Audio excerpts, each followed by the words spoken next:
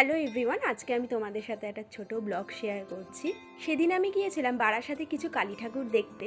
রাস্তার দুধারে সুন্দর সুন্দর লাইটিং দেখতে দেখতেই চলে গেলাম মধ্যমগ্রামের চৌরাস্তাটা। আর এখানে এই প্যান্ডেলটা ভীষণ সুন্দর করেছিল। আমি ব্লগ একদমই করতে পারি না, তাই প্রথমবার একটু করার চেষ্টা করলাম।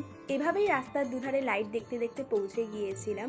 প্রথমবার আমি ভ্যান চড়ছিলাম, আমার কাছে বিষয়টা তো খুবই মজাদার লাগছিল। বেশ ঠান্ডা ঠান্ডা হাওয়া লাগছিল, আর ওই দিন ভীষণ গরম পড়েছিল।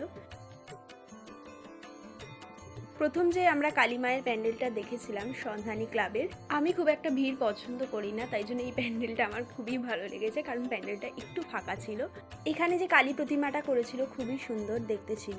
এখান থেকে বেরিয়ে আমরা চলে গিয়েছিলাম শতদলের উদ্দেশ্যে। এনাদের থিমটা অনেকটা কাশী বসলেনের 2023 সালের প্যান্ডেলের থিমটারই মতন, শুধু এটা একটু বড় করে করা হয়েছিল। কাশী বসলেনের থিমটার নাম ছিল চায়না হতে উমা।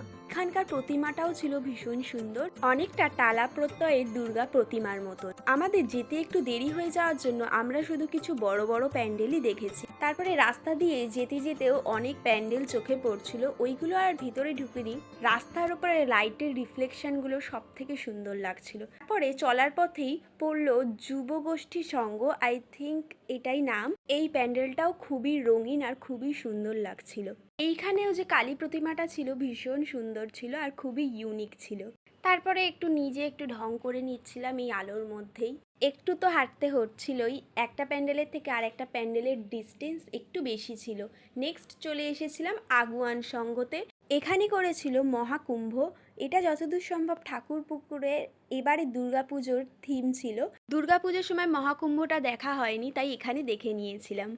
নেক্সট চলে গিয়েছিলাম কেএনসি রেজিমেন্টে। এখানকারও মণ্ডপ, ঠাকুর, আলোকসজ্জা সব কিছুই খুবই সুন্দর ছিল। আর এখানে একটা শো হচ্ছিল, কিন্তু যেহেতু অনেকটাই দেরি হয়ে যাচ্ছিল আমরা আর দাঁড়িয়ে শোটা দেখিনি। নেক্সট চলে গিয়েছিলাম পায়োনিয়ার পার্ক, আর এখানে লাইটিংটা ছিল ভীষণ সুন্দর।